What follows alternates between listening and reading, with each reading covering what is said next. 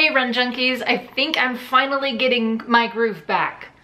Maybe. I'm trying to anyway. I'm basically just hanging on for dear life until spring break. It's getting desperate now. Now, after teaching scuba last weekend, I always forget how taxing that is on my body and how taxing that is to me mentally.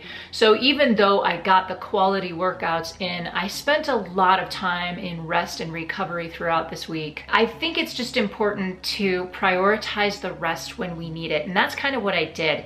So I really focused on the quality workouts and then getting the rest in between. So hey, a quick thank you to all of you who filled out the survey in this last week. I got a great idea of what you guys are looking for from this channel. In April, I will be rolling out a few new features for Running with Grace and Go Find Your Awesome. So if you haven't already, please subscribe. Again, thank you for taking the time to fill out that survey. Now, training this week has been pretty straightforward, but I've noticed kind of an evolution in how I train since I hired my coach. Coach Christine has really helped me achieve a lot of big goals in the last year. I love the structure she provides. Now, a couple of years ago when I was training for the Dopey Challenge in 2017, I was following a different coach, a different plan, and I was running 5 days a week. All of those runs were at a super easy pace. But with Coach Christine, I have discovered that I have 2 or 3, maybe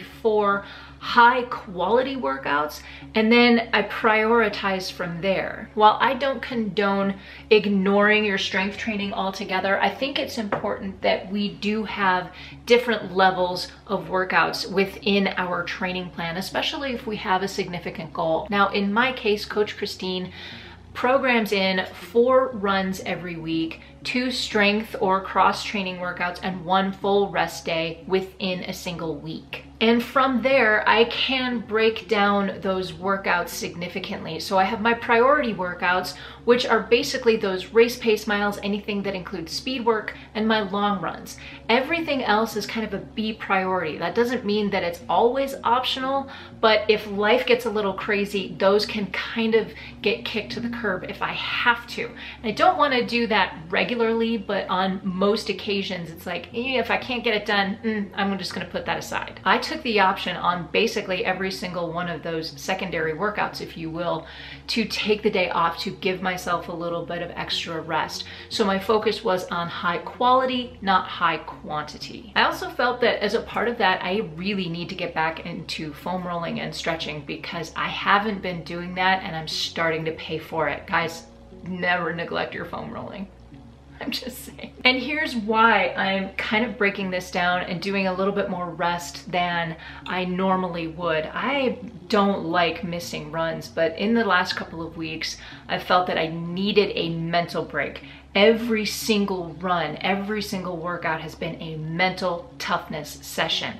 I'm just finding it hard to get out of bed. Once I'm out, I feel great. Once I'm out running, everything's fine, but it's getting myself to that point that has been a struggle every single time.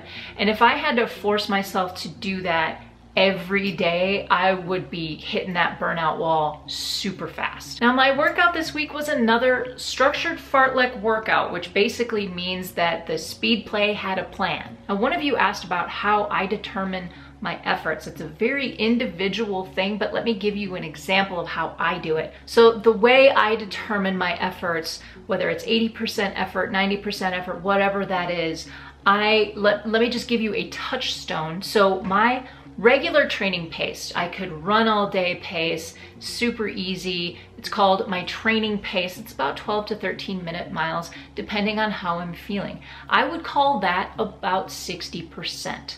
So when a fartlek workout or anything else is saying, okay, you're gonna do this long at 80%, I use that goal half marathon race pace, which is currently 9:45 to 10-minute miles.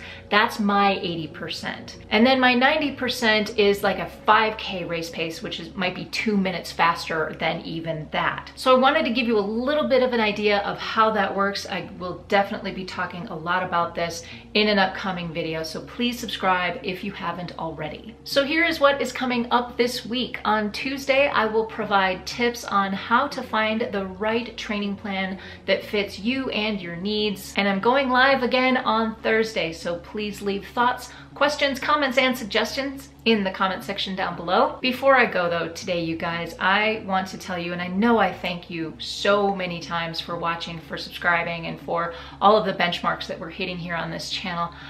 I still want to say again how much I appreciate you and the support that you've not only shown me, but that you show each other. I want this to be a safe place, and while I always welcome disagreement, there is no room for slander or disrespect. And I know if you are watching this, that's not you, and that's fine. I want you to understand that I have a zero tolerance policy for slander, for disrespect, for foul language. And I want you guys to understand that I've got your back. I can't tell you how much I appreciate the conversations that we have through the comment section, on the live chats, and anywhere else. So thank you guys very much for being here. But that is it for me today. If you like this video, please give me that thumbs up. And if you haven't already, click on my face right here. That's the subscribe button. And if you want to see what I'm training for at the moment, click on this guy right here. Thank you so much for watching. Go find your awesome. Until next time, happy running.